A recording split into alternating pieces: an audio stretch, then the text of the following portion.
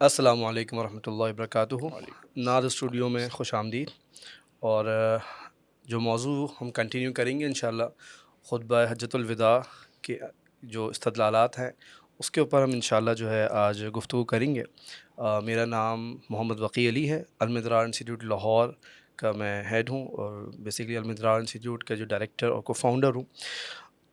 اس کے علاوہ میرے ساتھ جو میرے رائٹ پہ ہیں لاہور کی بڑی ہی مشہور اور جانی مانی شخصیت شیخ ابو بکر قدوسی صاحب ماشاءاللہ جو کہ مدیر ہیں مکتبہ قدوسیہ کے.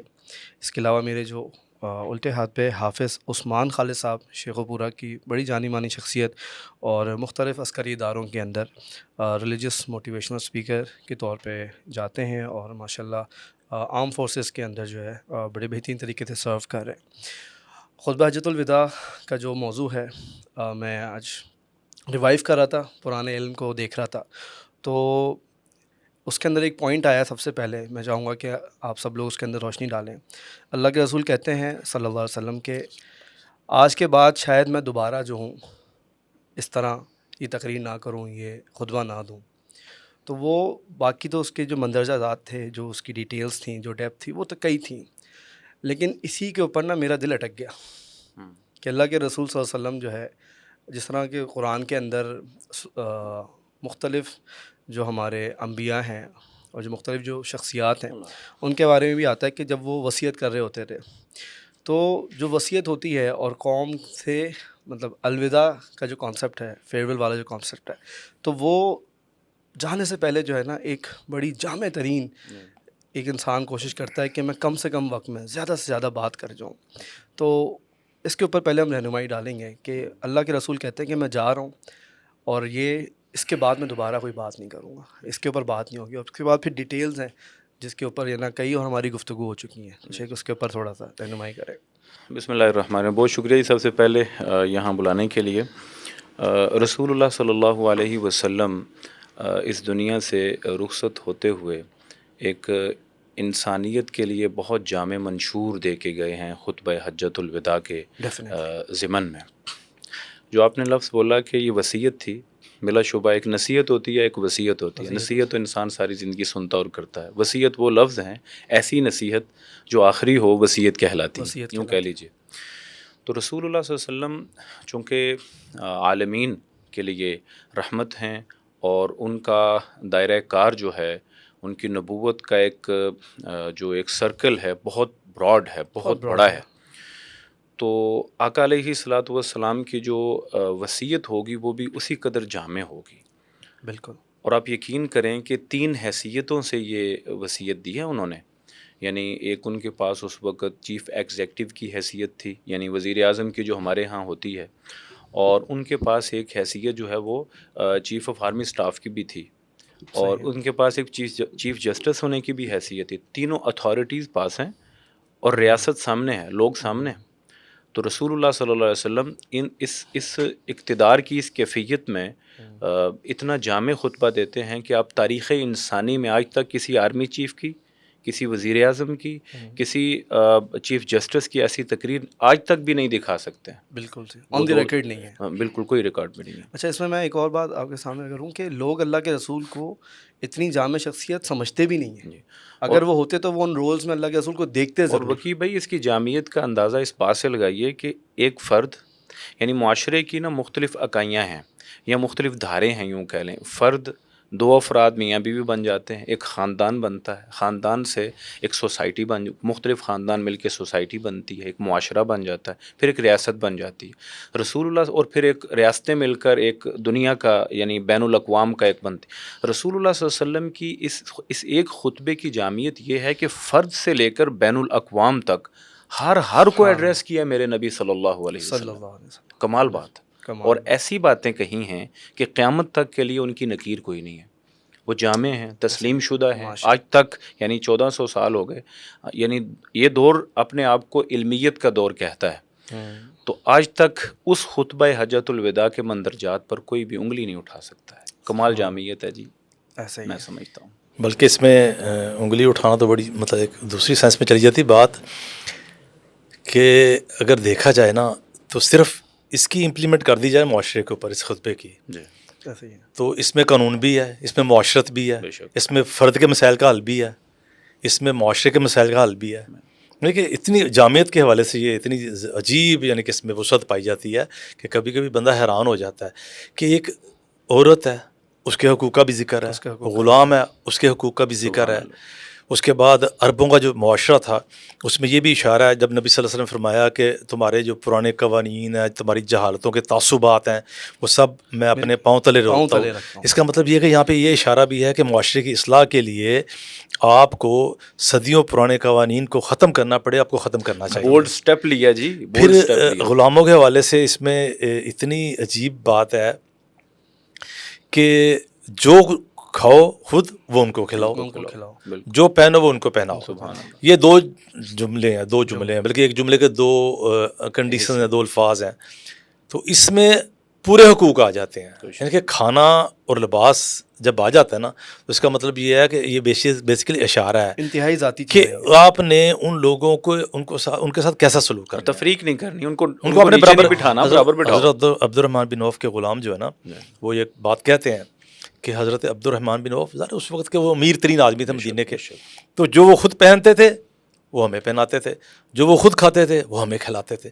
اب دیکھیں آج کے حوالے سے تصور کریں کہ جو آپ کی ریاست کا امیر ترین آدمی ہے وہ جو خود کھائے گا وہ اس کو کھلائے گا. لیکن یہ دیکھیں یہاں سے ایک یہ بھی فرق ہے کہ ایک ہوتا ہے کہ خود جو کھایا بچا ہوا بعد میں اس کو دے دیا, کھانا تو وہی ہے, لیکن ایسا نہیں ہوتا. وہ ایک دسترخوان کے اوپر بیٹھ کے کھاتے تھے, جو خود کھاتے تھے وہ خود کھلانے کا مطلب یہ نہیں ہے کہ جو بچا ہوا, مثلا میں کڑھائی گوشت کھا رہا ہوں تو اب بچ گیا تو میرا ملازم بھی کڑھائی گوشت کھا رہا, جی کہہ رہے جو میں کھاتا ہوں وہی میرا ملازم کھاتا ہے. یہ بات نہیں ہے. اس کا مطلب یہ کہ اپنے ساتھ بٹھا کے ایک برتن میں کھانے والی بات, فیملی ممبر سمجھ لیا. یہ جو نا یہ جو ہے یہ اسلام ہی شعور پیدا کرتا ہے. میں آپ کو ایک چھوٹا سا واقعہ بتا دیتا ہوں, میں آپ لوگوں سے زیادہ ٹائم نہیں لوں گا, آپ کے حصے کا ٹائم میں نہ لے رہا ہوں, لیکن آپ کو یہ میں واقعہ بات سناتا ہوں. رمضان کے دن تھے تو لارس گارڈن جو سامنے جس کا مرکز ہے تو وہاں پہ ایک آفس بنا ہوا ہے, وہاں پہ جب بیٹھ جاتے ہیں گپ شپ وغیرہ کے لیے, تراویح وغیرہ کے بعد وہاں پہ بیٹھتے ہیں ہم. وہاں میں داخل ہوا ہوں تو وہاں پہ نا کھانا سب کھا رہے ہیں. جب کھانا کھا رہے ہیں تو اس میں ایک برتن میں ایک ہمارا دوست کھانا کھا رہا ہے, میں ان کا نام نہیں لوں گا, لیکن ان کی مالی حیثیت یہ ہے کہ وہ آج سے چند سال پہلے لاہور کے جو ٹاپ 10 تھے ٹیکس پے کرنے والے ان میں ان کا شمار ہوا تھا. اب دیکھیں جو لاہور کے ٹاپ 10 میں جس کا شمار ہو رہا ہے امیر آدمی ہے وہ, اور وہاں پہ ایک ایسا بندہ جو سائیکل پہ آتا ہے اس کو میں جانتا ہوں, وہ سائیکل پہ آتا ہے وہاں مرکز میں, وہ تراویح پڑھ کے جاتا ہے, غریب آدمی ہے, وہ ایک ہی برتن میں کھانا کھا رہے ہیں. یہ بنیادی طور پہ اسلام نے شعور دیا انسانی برابری کا, اور یہ صرف ایک پہلو میں آپ کو بتا رہا ہوں لباس کا اور کھانے کا. پھر اسی خطبے میں خواتین کے حوالے سے جو ہے وہ تو عجیب ہی ہے نا معاملہ. اس کا تو جو تصور یعنی کہ کوئی معاشرت تصور نہیں کر سکتی سوائے اسلامی معاشرے کے. کوئی کلچر, کوئی مذہب, کوئی دین, کسی میں بھی وہ چیز نہیں موجود جو اسلام نے دی ہے اس خطبے میں. اگرچہ اس سے خطبے سے پہلے نبی صلی اللہ علیہ وسلم گاہے گاہے احادیث بس موجود ہیں مختلف موضوعات کے اوپر, جزیات کے اوپر بھی, چھوٹی چھوٹی باتوں کے اوپر بھی اور بڑی باتوں کے اوپر بھی, کہ خواتین کے حقوق کے حوالے سے, خواتین کے مقام کے حوالے سے. لیکن جیسے آپ نے فرمایا کہ یہ ایک جو وصیت ہوتی ہے وہ ساری زندگی کا نچوڑ ہوتا ہے, اور انسان کو بھی پتہ ہوتا ہے اب میں جا رہا ہوں تو وہ کوشش کرتا ہوتا ہے کہ بہترین باتیں کرے, خلاصہ کر دے اپنی ساری زندگی کا, اپنے تجربے کا. اور چونکہ یہاں پہ محض تجربے کا مسئلہ نہیں تھا, نہ ساری زندگی کا ذاتی نچوڑ تھا, بلکہ یہ ایک وحی کی رہنمائی بھی تھی. خالی یہ نہیں تھا کہ ذاتی تجربہ بڑا تھا کہ ایک بچہ یتیم پیدا ہوا, جب پیدا ہوا تو باپ فوت ہو چکا, اس کے کچھ عرصے بعد جس دادا نے پالا وہ فوت ہو گئے, والدہ فوت ہو گئی, نتیجہ جی ایک یتیمی کی زندگی اور مشکل زندگی گزاری, اس لیے جی بڑے تجربہ کار ہے. پھر اپنے محلے سے, اپنے شہر سے جہاں بے بندہ زندگی گزارتا ہے, رہتا ہے, وہاں سے نکالے گئے. کہتے ہیں کہ مکے کو پیچھے مڑ مڑ کے دیکھتے ہیں جب سفر کو نکلے ہیں. اور جب ان کو کہا ورقہ نے کہ آپ کو کاش میں اس وقت آپ کے ساتھ ہوتا جب آپ کو نکال دیا جاتا, رسول اللہ صلی اللہ علیہ وسلم نے حیرت سے کہا, یعنی کہ ایسا بندہ کہ جو کہتے ہیں نا گود سے نہیں اترتے تھے, یعنی کہ یتیم پیدا ہوا اس وجہ سے محبوب تھے کہ یار ہمارے بھائی کا بیٹا ہے, اس کا ہمارا بھائی فوت ہو گیا تھا, اس کے بعد یہ بچہ پیدا ہوا, اس وجہ سے محبوب تھے, چچاؤں کے محبوب, دادا کے محبوب, فیملی کا محبوب, پھر سرداروں کی فیملی, لونڈیاں آزاد کی, پھر سرداروں کی فیملی نا جی, چودھریوں کی فیملی نا. اب وہ سرداروں کی فیملی کا بچہ تھا کہ ان کو جب کہا کہ وہ سب کے محبوب بھی تھے, ان کو کہا کہ تمہیں نکال دیا جائے گا, وہ کہتے ہیں مجھے نکال دیا جائے گا. پھر وہ وہاں سے نکلے. اب یہ لیکن یہ نہیں ہے نا کہ صرف یہ سارا زندگی کا تجربہ بول رہا ہے. میں کہہ رہا ہوں وہاں پہ وحی کی رہنمائی بھی تھی. اب وحی کی رہنمائی میں جو وصیت کی جائے گی اس کا مقام کتنی عالی شان ہوگا. اس وجہ سے میں کہتا ہوں کہ یہ پوری دنیا کے لیے جو انہوں نے کہا نا جامعیت ہے, اس میں یہ جامعیت کا پہلو بھی ہے. یہ جو پہلو تھا نا جس کی طرف آپ نے اشارہ کیا کہ خاتون عورت اس کے مرتبے اور مقام کو رسول اللہ صلی اللہ علیہ وسلم نے بلند کیا اور بالخصوص یہاں پر بڑے اعلانات بھی فرمائے. میں چاہوں گا کہ تھوڑا سا پس منظر دیکھ لیا جائے کہ رسول اللہ صلی اللہ علیہ وسلم کا اگر اس خطبے کی ورتھ چیک کرنی ہو تو پھر اسلام کے آنے سے پہلے کا مکہ یا عرب کے حالات تھوڑے سے دیکھ لیے جائیں. ان کا ایک معاشی نظام تھا, یعنی عرب نے معاشی نظام ان کا سود پہ چلتا تھا, ڈاکہ اور قتل و غارت پہ چلتا تھا, یعنی رہزنی پہ چلتا تھا, اور حرمت والے مہینے کی حرمت پامال ہو جاتی تھی. اور پھر وراثت کا نظام موجود نہیں ہے. مہینے بدل دیتے تھے. ہاں جی بالکل سر, میں عرض کروں وراثت کا نظام موجود نہیں ہے. اور بڑی عجیب سی بات یہ کہ والد جو ہے کسی ایک بچے کو ساری اپنی وراثت دے کے اپنی سارا ترکہ دے کے چلا جاتا. اچھا پھر یہ دیکھیں کہ اگر والد نے کسی ایک کو نہیں دیا ہے تو قبائلی نظام کے تحت فیصلہ یہ کیا جائے بڑے بیٹے کو دے دو, اور کبھی کبھی تو باپ کی بیویاں بھی اس کو دے دی جاتی. یعنی ایک ایسا یہ کہ معاشی نظام نہیں تھا بلکہ یہ ایک یوں کھیل کود. اور پھر اگر آپ معاشرتی نظام کی بات کریں, یعنی معاشرے میں کیسے رہن سہن تھا, تو رسول اللہ صلی اللہ علیہ وسلم کے ایک صحابی آ کے فرماتے ہیں کہ اللہ کے رسول ہمیں مذاق کر رہے ہیں کہ آپ کو استنجے کے طریقے سکھائے جا رہے ہیں. نبی علیہ السلام فرمایا کہ یہی تو اسلام کا حسن ہے. یعنی ان لوگوں کی ہاں شرم گاہ کے بارے میں حساسیت تھی ہی نہیں, پردہ داری تھی ہی نہیں. اور جیسے آپ نے عورت کا نام لیا تو عورت تو بازار میں بکتی تھی, اس کے جسمانی خصائص کا ذکر کر کے اس کی بنیاد پر اس کے ریٹ لگتے تھے. یعنی آپ سوچیں کہ آج کل بقر عید آنے والی ہے, ہم بازاروں میں بکرے خریدنے جاتے ہیں, تو تصور کیجئے کہ وہاں پر جس نے ماں بننا ہے وہ بک رہی ہو. تو ایسی کیفیت میں. اور پھر میں یہاں پر یہ بھی ذکر کرنا چاہوں گا کہ اسلام آنے سے پہلے یہاں کا جو ایک مذہبی ایک طریقہ کار تھا, جو ان کا, میں مذہب تو نہیں کہوں گا کیونکہ کسی بھی مذہب کی وہ مکمل شکل تھی نہیں. ابراہیمی ہونے کا دعویٰ تو موجود ہے لیکن شرک تھا. اور پھر یعنی حجاز میں جو میلے ہوتے تھے سالانہ حج کے موقع پر جو لوگ جمع ہو جاتے تھے, بہت ساری مذاہب کا ملغوبہ سا بھی بن چکا تھا. تو کوئی ایک بنیادی اسٹرکچر نہیں تھا, اللہ تعالیٰ کی شخصیت کا, اللہ تعالیٰ کی ذات کا کوئی تصور نہیں تھا. ایسے عالم میں رسول اللہ صلی اللہ علیہ وسلم ایک شخصیت بن کے آتے ہیں اور وہ غار ہرا جاتے ہیں اور غور و خوض کرتے ہیں کہ یہ لوگ کیا کر رہے ہیں. اس مقصد کے لیے تو پیدا ہی نہیں ہوا تھا انسان. وَلَقَدْ كَرَّمْنَا بَنِي آدم, اللہ کہتا ہے میں نے انسان کو عزت بخشی. ہمارے اندر ایک سیلف رسپیکٹ کی ایک موجود ہے.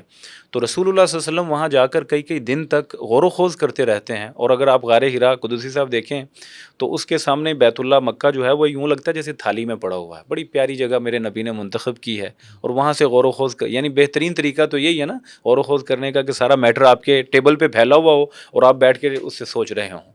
تو اللہ کے رسول اور پھر یہاں یہ بھی بات قابل ذکر ہے, میں سمجھتا ہوں, میں اس کے بعد چاہوں گا کہ آپ بات کیجئے کہ اس حالت میں کہ جب وہاں پر اخلاق نہیں ہے, وہاں کردار نہیں ہے, وہاں سمجھانے والا کوئی نہیں ہے, کوئی بڑا بننے کو تیار نہیں ہے, ٹھیک ہے, ہر بندہ سیادت کا اور قیادت کا بھوکا ہے, وہاں معاشی ننگ ہے, وہاں پہ جو طاقتور سود کا ایک نظام تھا. آپ دیکھیے سود کیا ہوتا ہے کہ امیر تر ہوگا اور غریب تر ہوگا, پس گئے غریب وہاں کے لوگ. تو ایسے عالم میں رسول اللہ صلی اللہ علیہ وسلم کے خطبہ حجۃ الوداع کو اب سامنے رکھ کر دیکھیے, وہ ایک فرد کو کیا کیا تاکید کرتے ہیں. تمہاری عزت, تمہاری ورث, مال یا تمہارے نسب کی بنیاد پر نہیں ہے, تم تقوی کی بنیاد پر وزنی ہو, ترازو رکھ دیا تقوی. اور پھر فرد کو کہا کہ تم سب لوگ مسلمان ایک دوسرے کے بھائی اور بہن بھائی ہو. اور قریش کو کہا نا, اور قریش کو مخاطب کر کے, اور جن کی نخوت ختم نہیں ہوتی, ختم ہو گیا آج کے بعد. بالکل. اور پھر اس کے بعد انہوں نے میاں بیوی کا جو ایک آپس میں ہے تصور, جو ایک ذمہ داری ہے, میں سمجھتا ہوں معاشرے میں جو میاں بیوی کی ایک ذمہ داری ہے, اس کا جس طرح سے اللہ کے رسول صلی اللہ علیہ وسلم نے احساس دلایا. یعنی میاں بیوی بننے کے اندر جو اس رشتے کے اندر سب سے بنیادی چیز ٹرسٹ ہے, ٹرسٹ, وہ مینٹین کرنے کے لیے اللہ کے رسول صلی اللہ علیہ وسلم نے کس طرح کے بنیادی کلیے بتائے ہیں, کس طرح تم نے اس کی امانت کا خیال, مال کا خیال, اولاد کا خیال رکھنا ہے. بیوی کو کہا گیا, شوہر کو کہا گیا ان چیزوں کے ذمہ دار نفقہ اور سکنا کا ذمہ. اور پھر اچھا یہ دو چیزیں ہوگی. تیسرے نمبر پر اس کو سوسائٹی اور معاشرے میں لے جایا جائے. تمہیں کوئی تحفہ دے تم نے واپس تحفہ دینا ہے. یہ خطبہ حجۃ الوداع ایک ہی خطبے میں ایک ایک سرکل یعنی سوسائٹی کے یا ریاست کے ایک ایک سرکل کو ایک ایک پوائنٹ کو اللہ کے رسول نے مکمل رہنمائی کمال درجے سے دی. کسی سے ادھار لیتے ہو تو اس کو واپس کرنا ہوگا, قرض لیتے ہو تو ادھار کرنا ہوگا. چیزیں اس میں آئی ہیں اور وہ لیکن اس میں چھوٹے چھوٹے پوائنٹس بھی آئے ہیں. ہاں جی. اور اتنی بڑی بڑی باتیں بھی آئیں گی جس کی بنیاد کے اوپر ریاست کی تشکیل بھی دی جا سکے اور اس کے بعد چلایا بھی جا سکے, ریاستی قوانین وضع کیے جا سکتے ہیں. بالکل بے شک. اچھا اس میں نا میں تھوڑا سا اگر میں اور پیچھے لے جاؤں, مطلب اللہ کے رسول جس طرح آپ نے بتایا کہ اللہ کے رسول غار میں جاتے ہیں اور وہاں سے پیالے کی طرح جو ہے وہ بیت اللہ کو دیکھتے ہیں تاکہ پوری ایک اسٹریٹجی پورا مکہ دکھائی دیتا, مکہ دکھائی دیتا کہ کرنا کیا ہے, کہاں ایک فرد اور کہاں پہ جو خطبہ حجۃ الوداع کے موقع کے اوپر جو صحابہ ہیں, مطلب ایک عظیم و شان ایک کراؤڈ, ایک مجمع. تو میں آج تک یہ سوچتا ہوں اور میں اپنی جو تعلیمی دور کے اندر میں اس چیز کو سوچتا تھا کہ اللہ کے رسول, پہلے انسان کے مائنڈ میں نا ڈاؤٹس ہوتے ہیں, شکوک ہوتے ہیں کہ اللہ کے رسول صلی اللہ علیہ وسلم نے صرف 313 ہی بنائے تھے. پھر انسان جب عملی میدان میں آتا ہے نا تو جب 13 بنانے بیٹھتا ہے نا پھر اس کو پتہ چلتا ہے کہ 313 جو تھے نا وہ کیا تھے. اور آج بھی یہ ریلیجس اسپیکٹ سے دیکھ لیں آپ, کمپنیز میں آرگنائزیشنل, نیشنل, انٹرنیشنل, جس اعتبار سے آپ نے دیکھنا ہے, آپ دیکھیں اب بڑے جو انٹرپرینورز ہیں ان کے ساتھ جا کے اصل جو مسئلہ ہے ان کا, وہ ان کا ٹیم بلڈنگ کا مسئلہ ہے. کوئی ایک چھوٹی سی شاپ چلانی ہے, ایک فیکٹری چلانی ہے, ایک آؤٹ لیٹ چلانا ہے, کسی کو مینیجر نہیں مل رہا, ریٹینشن کا ایشو ہے, اور اسی طریقے سے کئی ہزار مسائل جو لوگوں کے ٹیم کے ساتھ بیسکلی ہوتے ہیں. تو میں اللہ کے رسول صلی اللہ علیہ وسلم کا جو پرسپیکٹیو جو میں پورے خطبے میں دیکھ رہا تھا, جو جامعیت ہے, لیکن وہ کس کو اللہ کے رسول ایڈریس کر رہے ہیں, وہ ایک ٹیم ہے ان کی جو آ کے اللہ کے رسول صلی اللہ علیہ وسلم کا جو مشن ہے کہ بلغ ما انزل الیک من ربک کی جو بلاغت کا تبلیغ کا جو ان کا مقصد تھا, وہ آگے صحابہ جو ہے وہ لے کے جا رہے ہیں. ایسی تیاری ماشاء اللہ. بلکہ اس میں نا اس میں ایک اور بھی نقطہ بڑا, یہ میں نے تھوڑی سی رگ نفس پہ نا ہاتھ رکھا ہے میں نے, تاکہ آپ کی میں نے اصل میں آپ سے نکلوانا ہے. اس میں نا ایک بڑا نقطہ ہے. نبی صلی اللہ علیہ وسلم نے اس خطبے میں ایک عجیب جملہ بولا, زبردست جملہ, کہ جو ایک تو یہ کہا نا کہ ہو سکتا ہے آئندہ میں تم مجھے نہ دیکھ پاؤ اور میں تمہیں نہ مل پاؤں. تو اس کا مطلب یہ ہے کہ ان کو کنفرم نہیں تھا. کنفرم نہیں تھا. ایک تو علم غیب کا مسئلہ اس سے حل ہوتا ہے نا ایک مزید. اچھا ایک اس میں جو نا اس میں ایک نا حدیث کی نشر و اشاعت کا اور حجیت حدیث کا مسئلہ بھی آتا ہے. نبی صلی اللہ علیہ وسلم یہ لوگوں کو مخاطب کر کے ان کی ڈیوٹی لگائی. ایک تو ہے نا کہ یہ نصیحتیں وصیتیں ہیں میری, یوں کرنا ہے, عورتوں کے معاملے میں یوں کرنا ہے, غلاموں کے معاملے میں یوں کرنا ہے, ریاست یوں چلانی ہے, ذاتی معاملات یوں کرنے ہیں, انتقام چھوڑنے ہیں, سود کو اس طرح ترک کرنا ہے.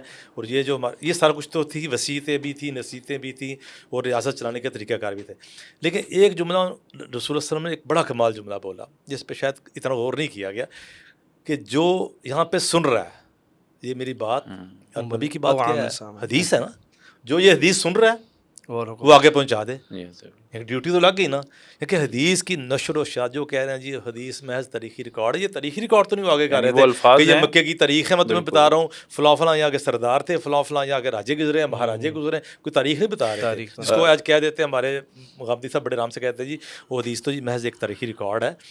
یہ باقاعدہ وصیتیں ہیں, نصیحتیں, احکامات ہیں, اور احکامات کے بارے میں رسول اللہ صلی اللہ علیہ وسلم باقاعدہ لوگوں کو ڈیوٹی لگا رہے ہیں, ان کی ذمہ داری لگا رہے ہیں ان کے اوپر, کہ جو سنتا ہے جو سنے گا وہ آگے پہنچا دے. اور آگے اس سے بھی بڑا جملہ بولا نا, آگے اس سے بڑا جملہ یہ بولا کہ ممکن ہے کہ بعد کے آنے والے وہ زیادہ سمجھ پائیں جو آج والے نہ سمجھ سکیں. حالانکہ دیکھا جائے وہ آج والے زیادہ بڑے لوگ تھے, صحابہ کرام تھے, نبی صلی اللہ علیہ وسلم کے ساتھی تھے, افضل تھے, افضل ابھی بھی ہیں. وہ بعد والے اگر زیادہ بھی سمجھ لیتے ہیں نا کسی معاملے میں, اگر کسی دیکھیں انسان کا دماغ ہے نا, انسان کا دماغ اللہ تعالیٰ نے انسان کا دماغ میں نہ امیر غریب کا فرق رکھا ہوا ہے, نہ آگے پیچھے کا فرق رکھا ہوا ہے, نہ اس کا تقدس اور غیر تقدس سے کوئی تعلق ہے. انسان کا دماغ تو کسی کا بھی چل سکتا ہے, کسی غریب کا بھی چل سکتا ہے.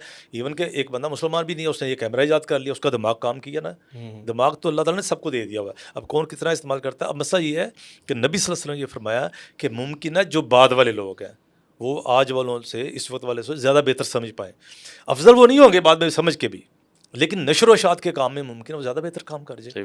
تو اس میں اس سے یہ اور یہاں سے نشر و اشاعت کا بھی نقطہ نکلتا ہے. بالکل بالکل, فلیبلغ الشاہد الغائب نبی صلی اللہ علیہ وسلم کے الفاظ ہیں. بالکل قدوسی صاحب, معاشرے پہ, اس نے معاشرت پہ ہم آپ سے اور کچھ بھی سیکھنا چاہ رہے ہیں. سر بات یہ ہے کہ رسول اللہ آپ صلی سے اللہ سیکھنے کے لیے آیا ہوں. علیہ نہیں جی ایسا نہ کیا رسول اللہ صلی اللہ علیہ وسلم کے اقدامات میں ایک جملہ ابھی جو نبی علیہ السلام کے معاشرت کے حوالے سے ایک بولا، اور ریاست کے غالباً قانون کا بھی حصہ ہے اور تھا، تو اب اللہ کرے بن جائے کہ ان دماءکم و اموالکم و اعراضکم حرام علیکم کا حرمت یومکم ھذا فی بلدکم ھذا فی شہرکم ھذا، یہ الفاظ ہیں او کما قال، کہ نبی علیہ السلام نے ایک مسلمان کے خون کو یعنی جان کو، اس کے مال کو، اس کی عزت کو ایک دوسرے پر ناجائز طریقے سے حرام قرار دے دیا ہے. 3 آگے باتیں کہی ہیں کہ آج کے دن کی حرمت جو احرام کے ساتھ تھی، اور دوسرا اس شہر مکہ میں جو حرمت ہے، اور تیسرا اس جو مہینے کی حرمت ہے. یعنی ایک تو ماہانہ حرمت جو ہے ذوالحج کی، اس میں آپ کو پتہ ہے کہ آپ ڈیفینس کر سکتے ہیں، اٹیک نہیں کر سکتے ہیں. اور جو حرمت ہے مکہ کی، وہاں پہ آپ جڑی بوٹیاں، آپ وہاں پہ جانوروں کو نہیں مار سکتے ہیں. اور جو احرام کے ساتھ پابندیاں لگتی ہیں، وہ ایک تیسری حرمت ہے. 3 حرمتیں جمع ہو گئیں، اور ان 3 حرمتوں کی طرح فرمایا کہ ایک مسلمان کا خون، ایک مسلمان کا مال، ایک مسلمان کی عزت، تینوں چیزیں ایک دوسرے پر حرام کر دی گئیں. اب یہ ایک پہلو ہے معاشرتی، قانون بھی ہے، اور اس دور میں پھر عدالت پوچھ لیتی تھی اور پوچھا کرتی تھی بڑے اچھے سے کسی کی عزت. آج سوشل میڈیا پر یہی ہوتا ہے نا، کوئی قانون حرکت میں آتا دکھائی نہیں دیتا ہے. ہم دیکھتے ہیں کہ بہت سارے پاکیزہ بڑے شریف النفس لوگوں کی عزت اچھالی جاتی ہے، لیکن بدقسمتی یہ کہ مملکت خداداد پاکستان میں بھی حجۃ الوداع کے خطبے کی امپلیمنٹیشن ابھی باقی ہے.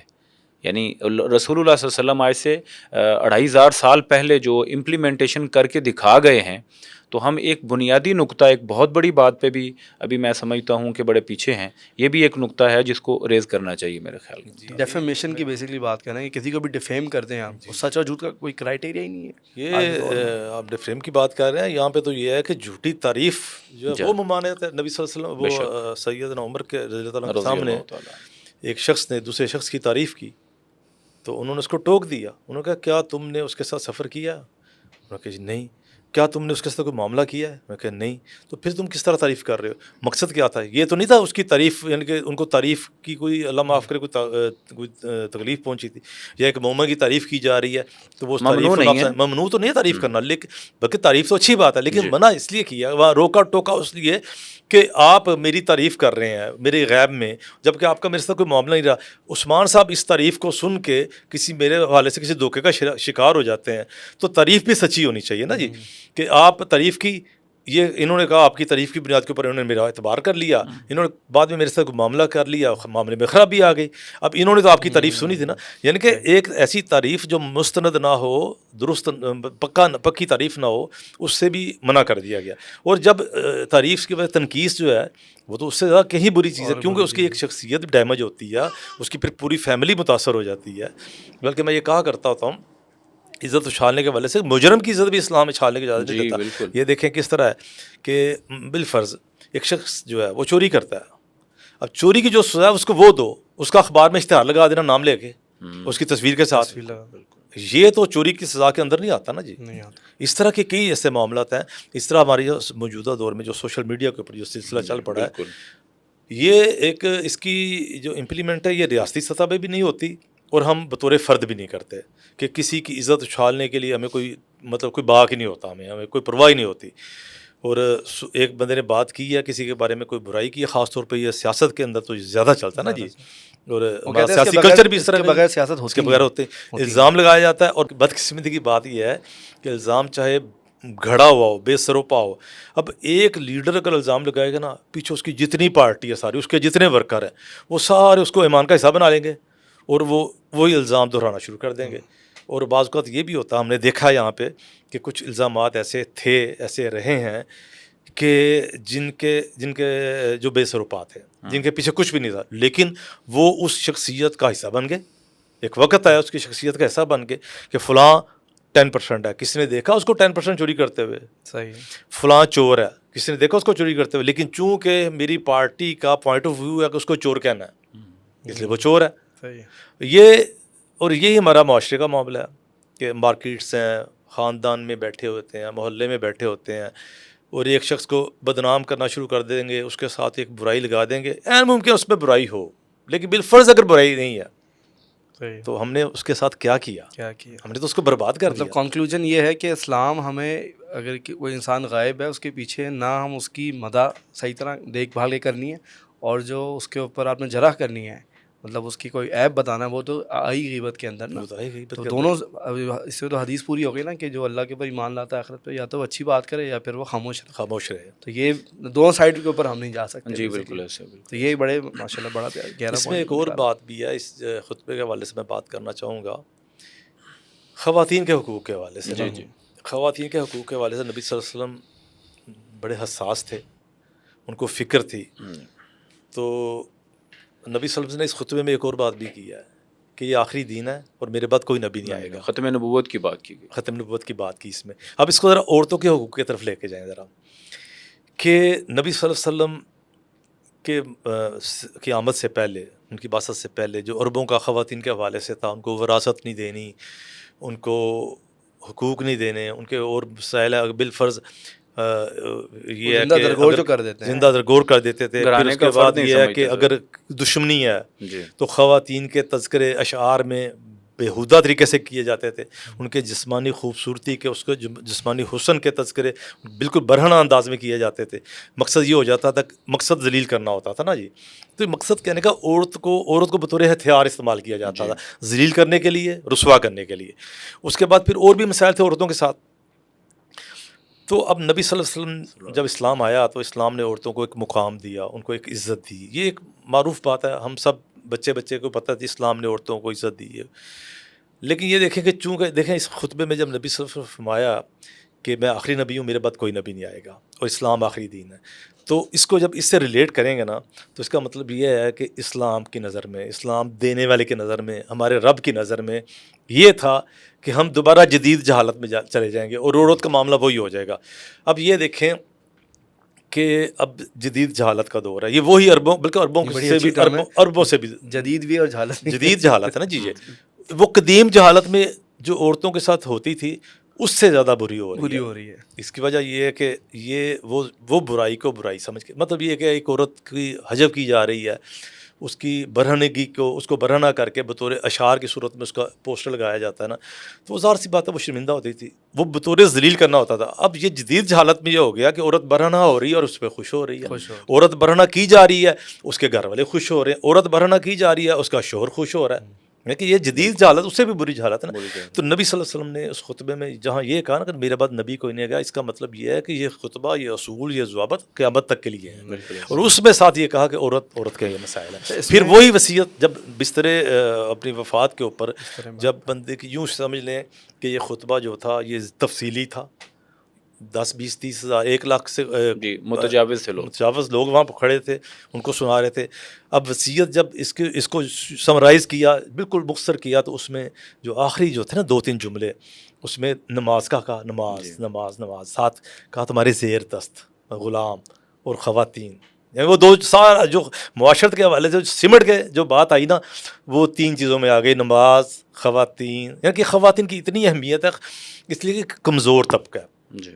خواتین کی اتنی اہمیت اسلام میں اس لیے کہ یہ کمزور طبقہ ہے, اس کے اوپر ظلم کیا جا سکتا ہے, اس کے اوپر ظلم ہوتا ہے. پھر یہ ہے کہ اس کو بطور ہتھیار استعمال کیا جاتا ہے, کسی کی عزت اچھالنے کے لیے استعمال کیا جاتا ہے. یہ کہ کئی ہے نا معاملات عورتوں کے. تو یعنی کہ اسلام عورت کے حوالے سے اسلام نے جو تصورات دی ہیں اور جو اتنی عزت عورت کو دی ہے, یہ جو حقوق کی بات کرتے ہیں, بات پھیل جائے گی, لیکن یہ جو حقوق کی بات کرتے ہیں, یہ ان کے لیے میں تو جدید جہالت کا لفظ ہی بولتا ہوں. صاحب اس جدید جہالت کے پیچھے رسول اللہ صلی اللہ علیہ وسلم کا وہ جملہ نا کہ الا کل شیء من امر الجاہلیت تحت قدمی موضوع, ہمیں بھی سوچنا چاہیے کہ ہم یعنی اس کے ان الفاظ کا ترجمہ تو یہ ہے نا کہ خبردار رہو, یہ خطبہ حجۃ الوداع کے الفاظ ہیں کہ ہر شے جو بھی جاہلیت کے دور سے جہالت کی بنیاد پر چلی آ رہی تھی, ویسے کچھ چیزیں ایسی ہیں جو جہالت کی بنیاد پر نہیں, تو وہ ٹریڈیشنز جو ابراہیمی دین میں موجود تھیں وہ لی گئی ہیں, لیکن وہ ٹریڈیشن جو جہالت کی بنیاد پہ تھی, فرمایا کہ وہ میرے قدموں تلے روندی گئیں, کچلی گئی ہیں. تو آج کل جو جدید جہالت ہے, میں سمجھتا ہوں کہ علماء کو سٹینڈ لینا چاہیے, اور ہمارے جو نشر و اشاعت کے خصوصاً ڈیجیٹل جو ادارے ہیں ان کو سٹینڈ لینا چاہیے اس جہالت کو کچلنے کے لیے، کہ یہ احساس پیدا کر دیا جائے، جس طرح آپ نے ایک بہت خوبصورت مثال دی ہے کہ ننگ پن کو آپ سادہ سمجھ رہی ہے خاتون، یعنی وہ پروڈکٹ بن کر لوگ گاڑی بیچنے کے لیے خاتون کی برہنگی کی تصویر سال لگا رہے ہیں، کیونکہ ان کو پتہ ہے کہ اٹریکشن ملنی ہے خاتون سے اور بکنی گاڑی ہے، لوگوں نے پلاٹ بیچنا ہے تو اس کی تشہیر کے لیے خاتون کی تصویر ساتھ لگ رہی ہے اور پینافلیکسز لگ رہے ہیں۔ تو ایک بات تو یہ ہے کہ یہ ہمیں اس چیز کو دیکھنا ہے۔ دوسری میں اس ضمن میں ایک عرض کرنا چاہوں گا کہ عورت کو اللہ تعالیٰ نے پھر عزت دی کیسے ہے۔ عورت کو جو یعنی ایک سسٹمیٹیکلی عورت کو جو سب سے بہترین مقام دیا گیا ہے وہ ایک بیوی بنا کر باقاعدہ ایک قانون کے اور حقوق کے حصار میں لایا گیا ہے۔ اس کے کچھ فرائض ہیں اور اس کے کچھ حقوق ہیں، جی بالکل، اور ایسے خوبصورتی سے ان کو متعین کیا گیا ہے، اس کو ایک ریاست دی گئی ہے، تم اس کی مالکن ہو، شہزادی ہو، ملکہ ہو، تم نے یہاں پر بڑے بڑے جرنیلوں کی پرورش کرنی ہے، تم نے یہاں پر رہ کر اپنے آئندہ نسل کی فکر کرنی ہے۔ اور جب بھی کسی معاشرے کی، میں اس پہ کچھ اسٹڈی کر رہا تھا، معاشرے کی تعریف اگر آپ کہیں بھی سرچ کرتے ہیں تو لوگوں کے آپس میں تعامل پر اس کی اکثر ڈیفینیشن کر دی جاتی ہے، لیکن معاشرے کی بنیادی اکائی کیا ہے؟ ہر بندہ متفق ہے وہ ایک مرد اور ایک عورت ہے۔ جی جی ایسے ہی ہے۔ اب سوال یہ ہے کہ اگر اکائی برباد ہو گئی تو معاشرہ تو لٹ گیا نا، اور اکائی گھر میں رہنا نہیں چاہ رہی، اکائی ایک جگہ پر ٹک نہیں رہی، اپنے حقوق نہیں جانتی، اپنے فرائض نہیں جانتی۔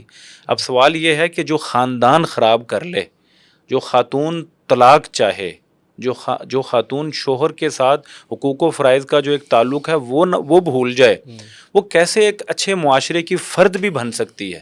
اس نے تو بنیاد ڈالنی تھی نا، فرد بھی نہیں بن سکتی ہے۔ یہ خطبہ حجۃ الوداع کے ساتھ رکھ کر یہ سوچنے کی ضرورت ہے ہمارے، اور یہ 8 مارچ کے لوگوں کو، موم بتی مافیا کو بہت زیادہ اچھے، یعنی اگر آپ سائڈ پہ بیٹھ کر اگر آپ ایک ثالث کے طور پر بھی دیکھیں اس بات کو، کہ وہ معاشرہ ہمیں چاہیے کہ جو اس وقت جس میں بچوں کے والدین کا پتہ نہیں ہے، یعنی پہلے تو یہ ہم کہتے تھے کہ ابوں کا پتہ نہیں ہے، اب امیوں کا بھی نہیں پتہ چلتا۔ آپ یقین کیجئے ہمارے ہاں یہ شروع ہو گیا، چونکہ ہم بڑی تیزی سے اس کو اڈاپٹ کر رہے ہیں۔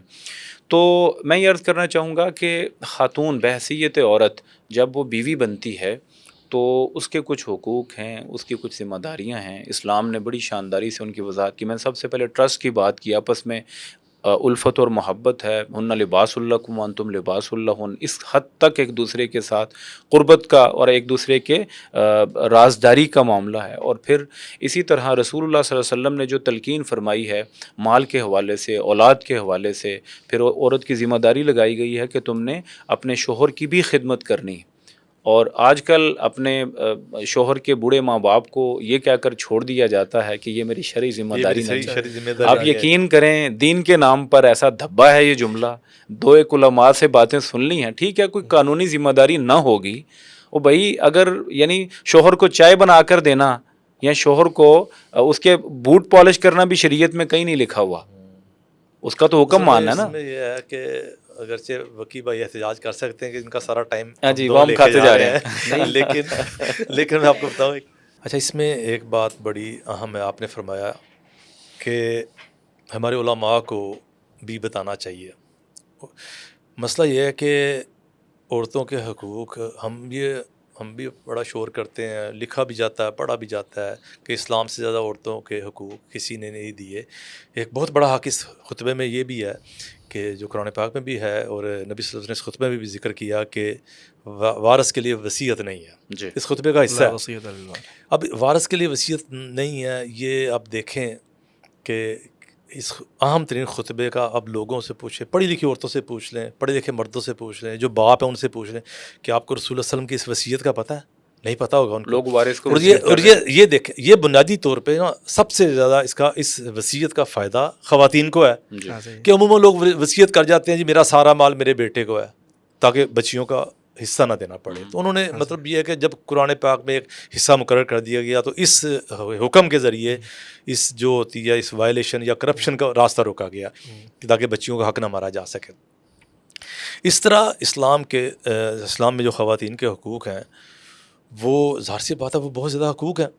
بدقسمتی کی بات یہ ہے کہ ہمارے علماء، ہمارے پڑھے لکھے لوگ یہ خواتین کے حقوق کے اوپر بہت عمدہ طریقے سے بات نہیں کرتے۔ جی نتیجہ یہ نکلا کہ ایک خاص مافیا نے، ایک خاص طبقے نے یہ پروپیگنڈا کر دیا، یہ ہنگامہ اور شور شرابہ کر دیا کہ معاذ اللہ اسلام ہی شاید خواتین کے حقوق کا مخالف ہے، صرف ایک چیز کو لے کے کہ خاتون کے اوپر جو پردے کی پابندی ہے.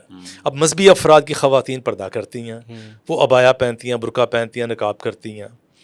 پیچھے اس سے پہلے وہ ٹوپی والا برقع چلتا تھا، اس کا تمسخر کیا جاتا ہے شٹل کاک کہہ کے اس کو. اب وہ دوسرا برقع پہنتی ہیں، ان کو ڈاکو پردہ کہتے ہیں. یہ بڑا مطلب اس طرح کے نام رکھے ہوئے انہوں نے. اب یہ ایک جو ہے نا پہلو، اب عام جو عورت ہے، ایک ایسی عورت جو پردہ نہیں کرتی، مسلمان ہے. ہمارے یہاں 3 کلاسز ہیں. ایک ایسی عورتیں جو بڑی دیندار ہیں، پکی نمازی ہیں اور پردہ کرتی ہیں. ایک ایسی عورتیں، یقین کریں ایسی عورتیں ہیں جو پردہ بالکل نہیں کرتی. فیملی فنکشنز میں وہ فل میک اپ کے ساتھ آتی ہیں، بغیر پردے کے آتی ہیں. کوئی ان کو پنجابیوں کا کوئی لتھی جڑی نہیں ہوتی انہوں نے، لیکن وہ نمازیں بھی پڑھتی ہیں، تہجد بھی پڑھتی ہیں. ایسی کلاس موجود ہے.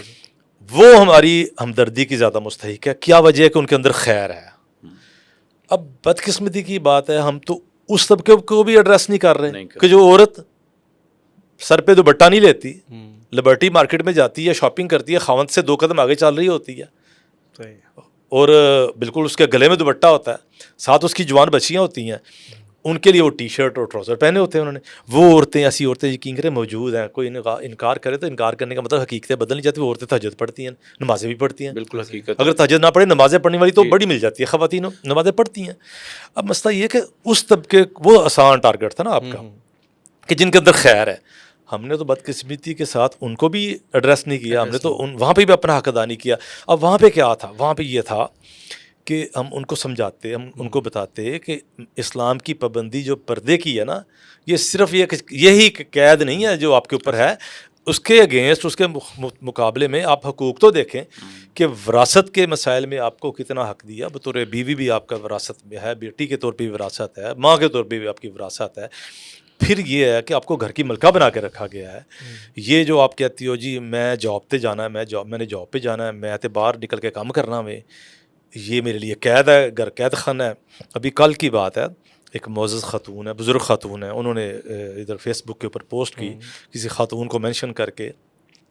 اس خاتون کا انہوں نے دکھڑا رویا کہ وہ ڈسٹرب ہے اپنے حالات سے، بڑی پڑھی لکھی ہے، بڑی مطلب یہ ہے کہ باشعور ہے اور ویل سیٹ ہے، سارا کچھ ہے. اور وہ جو ہے نا ابھی، لیکن اس کے سسرال کا، یہ کہ پوری فیملی کا نا، جوائنٹ فیملی میں رہتی ہیں خاتون، ان کا ماحول اس طرح کا ہے کہ جیسے وہ نا، وہ ایک قید میں ہے کہ ان کے میاں ان کو جاب کرنے نہیں دے. میاں بھی روشن خیال ہے، لیکن میاں اپنے حالات کا قیدی ہے. اس طرح کہ بالفرض میاں کا باپ سر پہ موجود ہے، اس کے میاں کی ماں سر پہ موجود ہے، وہ پورا فیملی دیور، یہ وہ جو فیملی کا ماحول ہوتا ہے. اب اس کو جاب نہیں کرنے دے رہے، وہ بیچاری قید میں پھڑپھڑا رہی ہے، مر رہی ہے. کیا وہاں پہ میں نے لکھا، میں کہا اگر تو کیا یہ خاتون مالی حالات کے سبب مجبور ہے اور اتنی پریشان ہے کہ فیملی جاب نہیں کرنے دے رہی اور خاتون مالی طور پہ، تو اگر فیملی جاب نہیں کرنے دے رہی اور مالی مسئلہ کو نہیں ہے تو جاب کرنے کا پھر مقصد کیا ہے؟ گھر سے باہر نکلنا.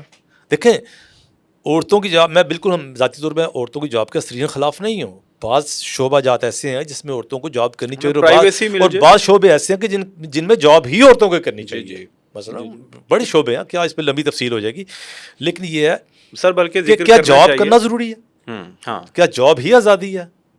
بزنس کر لیں، خدیجہ کرتی ہیں بزنس کر لیں، 100 راستے. لیکن مسئلہ یہ ہے کہ وہ نا ان کو فیل یہ ہوتا ہے کہ گھر میں کیا. اب ہمارا یہ کام تھا کہ ان کو ایک آیت سنو چھوٹی سی جی، للرجال نصیب مما اکتسبوا وللنساء نصیب مما اکتسبن، یعنی اکتساب کرنا، کمانا عورت کا اسلام نے، قرآن مجید نے بھی ذکر کیا اس کا. جی سر.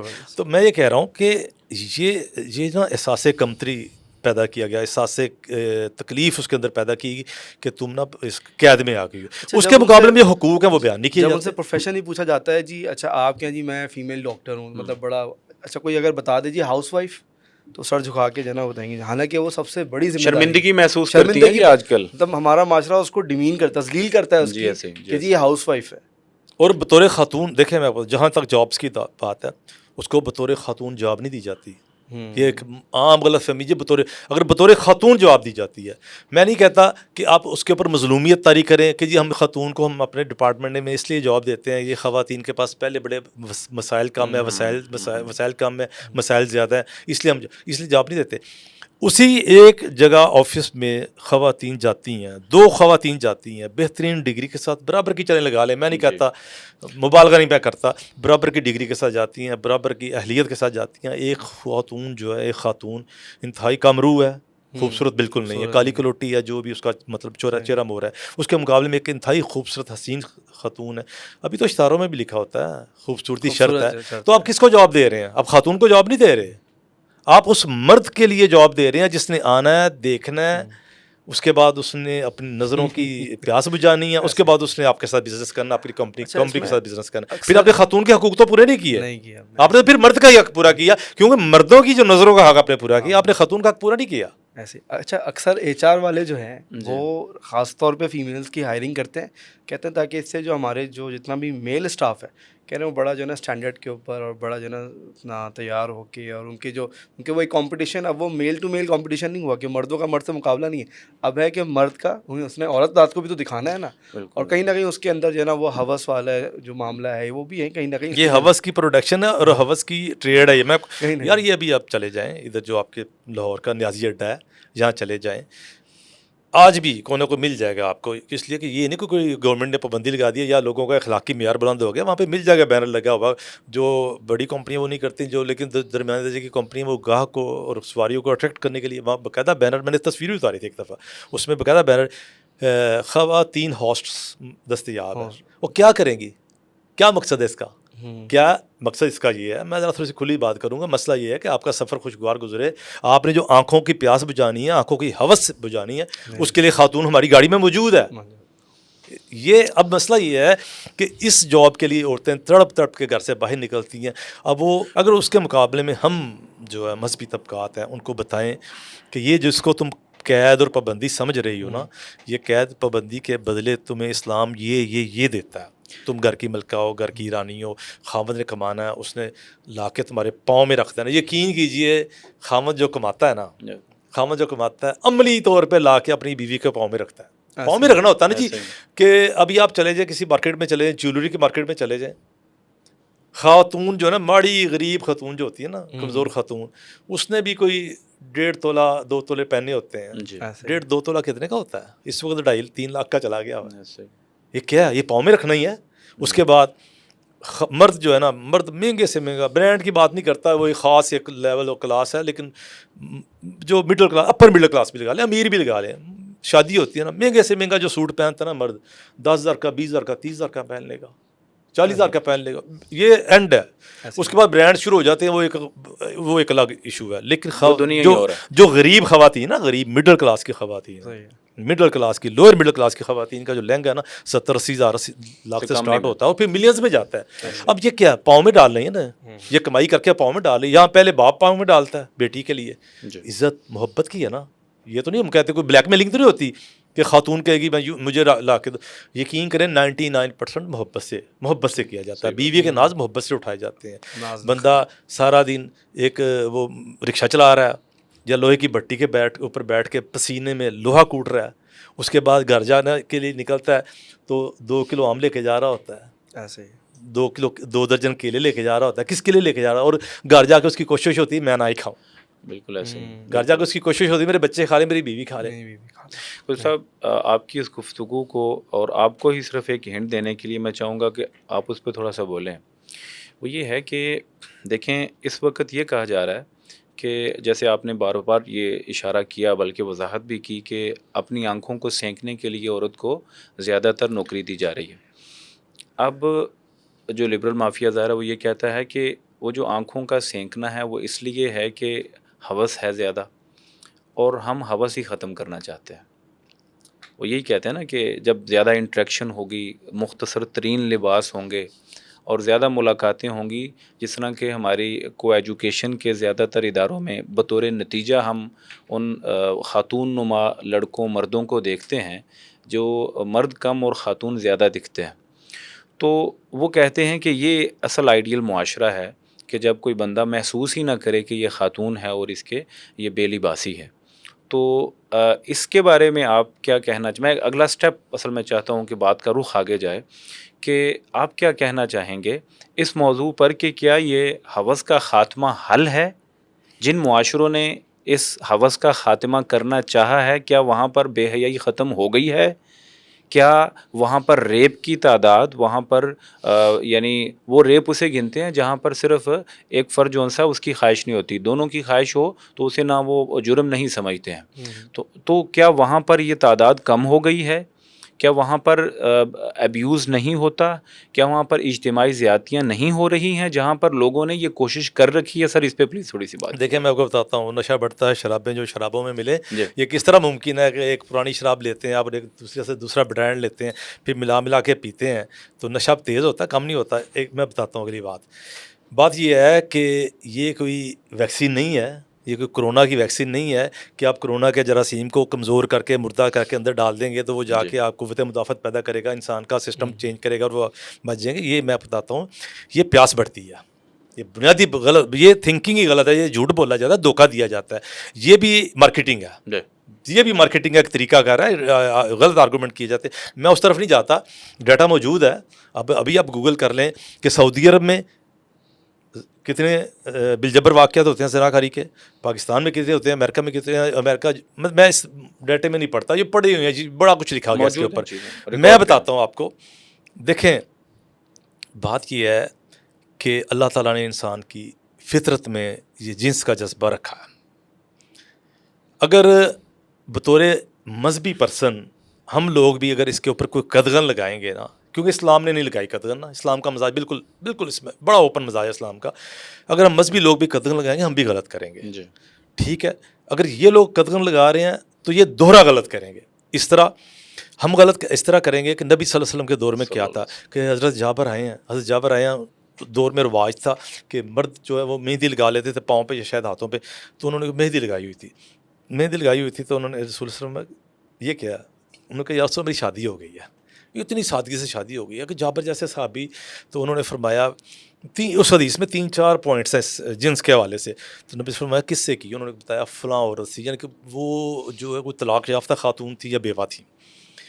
تو جابر کنوارے تھے. نبی صلی اللہ علیہ وسلم نے فرمایا کہ تم کسی کنواری لڑکے سے شادی کرتے، تم اس سے کھیلتے، وہ تم سے کھیلتی. یہ ایک حدیث میں 3-4 پوائنٹس آتے ہیں. اس میں ایک تو یہ ہے کہ سادگی، اتنی سادگی سے شادی ہو گئی کہ انبیاء کے بادشاہ، انبیاء کے سردار، مدینے کے سربراہ، ریاست کے سربراہ موجود ہیں اور صحابی کی شادی ہو گئی اتنی سادگی سے. نبی صلی اللہ علیہ وسلم کو مہندی دے کے پتہ چل گیا اتنی سادگی سے شادی ہوگی، پہلی بات.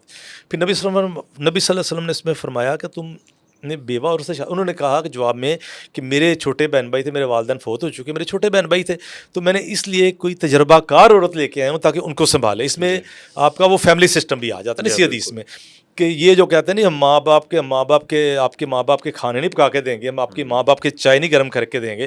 وہ حضرت جابر رضی اللہ تعالیٰ عنہ اپنے چھوٹے بہن بھائیوں کے لیے بھی چائے گرم کروا رہے ہیں اور کھانے پکوا رہے ہیں. اور نبی صلی اللہ علیہ وسلم نے اس کو یہ نہیں کہا جابر رضی اللہ تعالیٰ کو کہ اس کی ڈیوٹی نہیں ہے تمہاری بیوی کی وہ ان کو کھانے پکا کے. نبی صلی اللہ علیہ وسلم نے اس کی تعریف کی، اس امر کی تعریف کی کہ ہاں تم نے اچھا کیا. لیکن ساتھ یہ ہے کہ نوجوان لڑکے کو نوجوان لڑکی سے شادی کرنا چاہیے.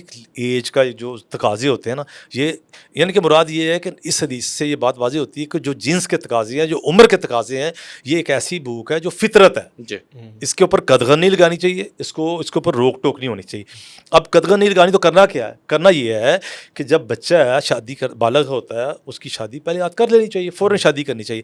اب یہاں پہ کیا ہے؟ یہاں پہ وہ مثال ہے میں دیا کرتا ہوں کہ آپ نے ایک شیر کو پنجرے میں بند کر دیا، اب اس نے روز کا 6 کلو گوشت کھانا ہے. ٹھیک، اب آپ نے اس کو 6 کلو گوشت کی جگہ 6 پاؤ نہیں دیا، آپ نے گوشت دیا ہی نہیں، اس کو بھوکا کر دیا. ایک دن بھوکا رکھا، دوسرے دن بھوکا رکھا، تیسرے دن بھوکا رکھا آپ نے. اب جب 3 دن کا بھوکا ہو گیا نا شیر، اب وہ جنگلے کو آگے ٹکرے مار رہا ہے، وہ جنگلے کو آگے ٹکرے مارتا ہے کہ میں یہ جنگلہ توڑوں باہر نکل جو باہر. آپ نے گوشت کا ٹکڑا رکھ دیا، اس کے اوپر آپ نے زہر ڈال دیا. صحیح. اب عام حالات میں شیر اگر کھانا اس نے کھایا ہوا ہے اور جانوروں کے اندر ایک تھوڑی بہت سینس بھی ہوتی ہے، خراب گوشت ہی رکھ دیں، چلیں زہر والا نہیں خراب گوشت رکھ دیں، تو اس کو تھوڑی سی طلب ہوگی، وہ آئے گا، دیکھے گا، سونگے گا، نہیں کھائے گا. میرے گھر میں بلی ہیں، یقین کیجئے ہم کھا جاتے ہیں، انسانوں کو نہیں پتہ چلتا. وہ ان سے میری اہلیہ نے منگوایا جو ہوتا ہے، میں نام کی کسی کمپنی کا لیتا، تو آن لائن منگوایا، وہ مرغی منگوائی. وہ کہہ رہے کہ میں نے آج کھانا پکایا، بلیوں نے نہیں کھایا. میں کہا ہم کھا جاتے ہیں تازہ نہیں ہوگا. اب وہ شیر جو ہے نا جس کو آپ نے پنجرے میں بند کیا، اس کو 4 دن بھوکا رکھا اور باہر پرانا گندا گوشت لا کے رکھ دیا, اس کے بعد اس کا پنجرا کھولیں, وہ کیا کرے گا؟ وہ صبر کرے گا؟ اس کو وہ نہ دیکھے گا, نہ اس کو بوسیدگی دیکھے گا, نہ اس کو پرانا پن دیکھے گا, نہ اس کی خرابی دیکھے گا. اس کو اس وقت صرف یہ غرض ہوگی میری بھوک مٹنی چاہیے. یہ جنس کی اور سیکس کی بھوک بالکل یہ ہوتی ہے. آپ نے کیا کیا؟ آپ نے یونیورسٹیز میں گندے ماحول بنا دیا, عورت کو نیم بھرانا کر دیا. اب اس کے بعد اس شیر کے آگے شیر کے ہاتھ باندھ دیے کہ بھی نکاح نہیں کرنا. اگر کسی دیندار فیملی کا بچہ ہے, وہ بھی جاتا ہے یونیورسٹی میں, آنکھیں تو اس کی بھی ہیں نا بھائی, ضروری تو وہ آنکھیں جھکا نکاح نہیں کرنا. 18 سال سے پہلے تو قانونی طور پہ نکاح نہیں کرنا. 18 سال کے بعد جو ہے حالات نے نکاح نہیں کرنے دینا. کیا بلوغت کو 4-5 سال ہو چکے ہیں, 18 سال. ہاں, اس کے بعد حالات نے نکاح نہیں کرنے دینا. حالات آپ نے جی شادیاں مہنگی کر دی, وہ لمبی بات ہے, مشکل کر دیا آپ نے, شادیوں کو مشکل کر دیا, اسٹینڈرڈ بنا دیا. پھر جی بچہ ابھی سیٹل نہیں ہوا, بچہ جی ابھی سیٹل نہیں ہوا, بچے کی عمر ہوگی 30 سال, بچہ ابھی سیٹل نہیں ہوا, یتیم پیدا کرے گا. وہ پنجابی کہتے ہیں یتیم نہ جمو. مراد یہ ہے کہ 40 سال کی عمر میں شادی کرو گے, جب بچہ ہوگا 12 سال کا, 52 سال 53 سال کا ہوگا, 8 سے فات وغیرہ, یتیم نہ جمع. اچھا, اب مسئلہ یہ ہے جی آپ نے کر دیا, شیر کے آگے گوشت رکھ دیا اس نے. اب پھر کیا ہوتا ہے جب اس کو موقع ملتا ہے, فرسٹریشن اتنی بڑھ گئی کہ جب اس شیر کو پھر موقع ملتا ہے نا, پھر اس کے سامنے کوئی 6 سال کی بچی کا کبھی آپ خبریں آ رہی ہیں, کبھی 8 سال کی بچی کی خبریں آ رہی ہیں, کبھی 12 سال کی بچی کی خبریں آ رہی ہیں, پھر جائز خبریں, نجائز, سر کچھ ہو رہا ہے. جنہوں نے نکاح مشکل کر دیے, نکاح مشکل کر دیے. اب نکاح بھی ان لوگوں نے مشکل کی ہے. یہ قانون کسی مولوی نے بنایا ہے کہ 18 سال سے پہلے شادی نہیں کرنی. کسی مذہبی قانون, مذہبی ضابطہ تو ہے ہی نہیں, اسلام کا ضابطہ ہے ہی نہیں. لیکن چلے جنہوں نے بنایا ہے, اسلام میں ہے یا نہیں ہے, جنہوں نے بنایا وہ مولوی ہیں, یہی لبرلز ہیں نا, جنہوں نے اسمبلیز کے اوپر کن کا قبضہ ہے. انہوں نے لبرلز نے قانون بنایا ہے کہ پہلے شیر کو بھوکا رکھنا ہے. شیر جوان ہو گیا 13 سال کی عمر میں, اب اس کو 5 سال بھوکا رکھنا ہے, 5 سال شادی نہیں اس کی کرنی ہے. کرے گا نکار خان کو بھی گرفتار کر لیا جائے گا جی, یہ فوجداری. وہ یقین کریں محلے میں چرس بکری ہوتی ہے, ہیروئن بکری ہوتی ہے, ان کو کوئی پرواہ نہیں ہوتی. قتل ہو جاتا ان کو کوئی پرواہ نہیں ہوتی. ان کو پتہ چلتا ہے نا جی 16 سال کے لڑکے کا نکاح ہو گیا اور وہ پولیس تھانہ سارا بھاگتا ہے, اس طرح پکڑے مسئلہ بن جاتا ہے, انٹرنیشنل مسئلہ بنا دیا جاتا ہے نا. اس کی وجہ یہ دباؤ ہے, بین الاقوامی دباؤ ہے آپ کے معاشرے کو تباہ کرنے کے لیے. وہ مطلب یہ وہ باقاعدہ ایک پلاننگ کے تحت سارا کچھ ہو رہا ہے نا. تو میں جو کہہ رہا ہوں, یہ جو کہتے ہیں نا جی ہوس کو ختم کر دیا جائے, اس طرح علاج بالمثل کہتے ہیں نا جس کو, کہ علاج بالمثل ہوس کو ختم کر دیا جائے, کہ عورت کو ننگا کر دیا جائے, بندہ عادی ہو جائے, کہ غلط بات ہے. اس کا تعلق یہ, اس سے ہوس بڑھتی ہے. کیا وجہ ہے؟ ہاں, ہوس تب ختم ہو سکتی تھی کہ آپ معاشرے کو سیکس فری کر دیں, لیکن اس تب بھی نہیں ختم ہوئی. تجربہ کہتا ہے تب بھی ختم نہیں ہوئی. اس لیے کہ جس معاشرے میں سیکس فری کنٹریز ہیں, اس میں یہ ہے کہ عورت کی صرف مرضی ہونی چاہیے, بل جبر نہیں ہونا چاہیے. ان کا قانون ابھی تک یہی آیا نا کہ بل جبر نہیں ہونا چاہیے. جب تھرل کی تلاش ہوگی تو یہ بھی ممکن ہے کل کو آ جائے کہ اس ایریا میں بل جبر بھی چل سکتا ہے. کیوں جی وکیل صاحب, ایسے نہیں ہے جانا پڑے گا. اچھا, اس میں نا میں تھوڑی سی جو معاشرہ اگر ہم دیکھیں, اور ان کا حق بھی ان سے بات کرنے دی, ٹائم تھوڑا ملا ہوا, ان کو بڑے ہیں اور میرا جو ہے نا زیادہ حق ہے کہ میں سنوں. تو اس میں ایک چیز ضرور ایڈ کروں گا کہ اگر ہم ویسٹ کو بھی دیکھیں اور ہم آج کے معاشرے کو بھی دیکھیں, اللہ تعالیٰ نے میاں بیوی کے جتنے بھی جو ازواجی رشتہ جو ہے آپ اس کو دیکھیں, اللہ تعالیٰ نے مطلب یہ ایک لمٹ رکھی ہے دنیا کی. بلکہ میں ایک بات کروں نا, آپ دنیا کو جتنا زیادہ کھائیں گے یہ اتنی آپ کے اندر نا بورڈم کریٹ کر دے گی. ایک انسان کو آپ دیکھیں, اس کے پاس دنیا کا سب کچھ موجود ہے, سب سے زیادہ بور, ڈپریشن, مایوس انسان وہی ہے. تو اللہ تعالیٰ جو ہے نا انسان کو بڑا کنٹرول لے کے چلتا ہے کہ آپ نے اگر ایک اپنی ہوس بھی پوری کرنی ہے, آپ نے اپنی ڈیزائر بھی پوری کرنی ہے, تو ایک کنٹرول اس کے اندر کرنا ہے. جب دنیا نے اس کو, چاہے وہ کو ایجوکیشن کی مد میں کھولا, جب دنیا نے اس کو جو ہے نا یہ ہمارا جو نکاح کا جو سسٹم ہے اس کو کھول کے کہ ویسٹ پورا رہ رہا ہے, ہمارا جو پڑوس ہے وہ رہ رہا ہے جی, گرل فرینڈ ہے, بوائے فرینڈ ہے, اور وہ رہ رہے ہیں, اور اس اسٹیٹس کے اندر وہ جو ہے آپ دبئی جائیں, مرد عورت جا رہے ہیں تو آپ ویزا میں لکھوا دیں کہ جی یہ میری فرینڈ ہے, وہ آپ کو لے جائیں گے, سب کچھ الاؤ ہو گیا. تو اس سے ہوا کیا کہ پہلے وہ جو انسان اپنے آپ کو کنٹرول کر رہا تھا میاں بیوی کے اندر یا پھر لڑکا لڑکی, اب وہ ہوتے ہوتے وہ اتنا بڑھ گیا کہ اب وہ ہم جنس پرستی میں چلے گا. اب اس کو دوسرے جو اس کا جو اپوزٹ سیکس ہے اس کے اندر مزہ ہی نہیں آ رہا. آپ اکثر جتنے بھی ہم جنس پرست ہیں آپ ان کے ساتھ دیکھیں, ان کی ہسٹری نکال کے دیکھیں, تاریخ نکال کے دیکھیں, یہ ایک بڑا مسئلہ ہے ان کے ساتھ کہ وہ اس ایسے ماحول میں رہے ہیں جہاں پہ ان کے پاس اتنے زیادہ جو ہے وہ معاملات تھے اس اپنی خواہش پوری کرنے کے, ہوتے ہوتے ان کا بورڈم کریٹ ہو گیا.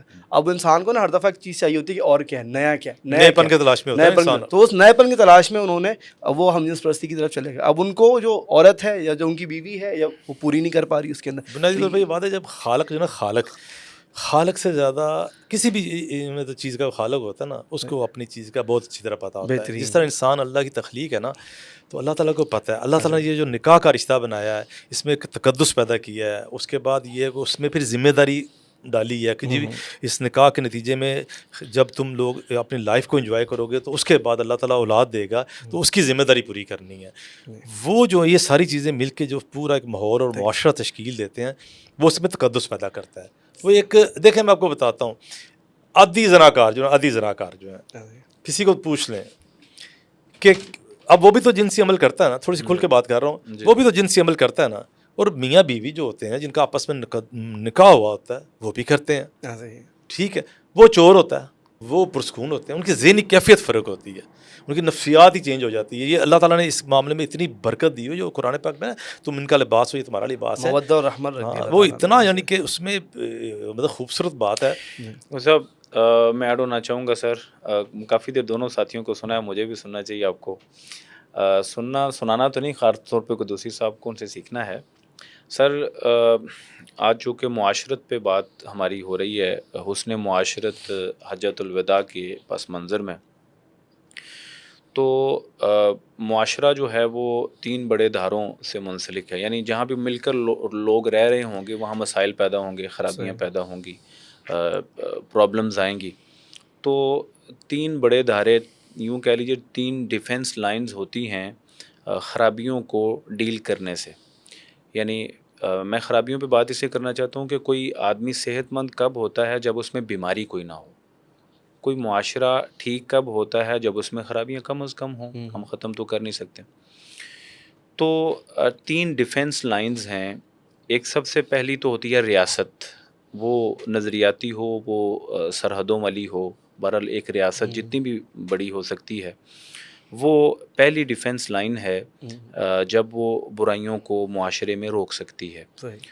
مثال کے طور پر اسٹریٹ کرائم سے لے کر، ایک فرد کی تربیت سے لے کر، معاش کے انتظام میں پرابلم سے لے کر، اور معاشرت میں پرابلم سے لے کر، اور مختلف جو ذمہ داریاں ہیں ان کی ادائیگی، انصاف کی فراہمی اور دیگر چیزیں جو ایک ریاست کی ذمہ داری ہیں.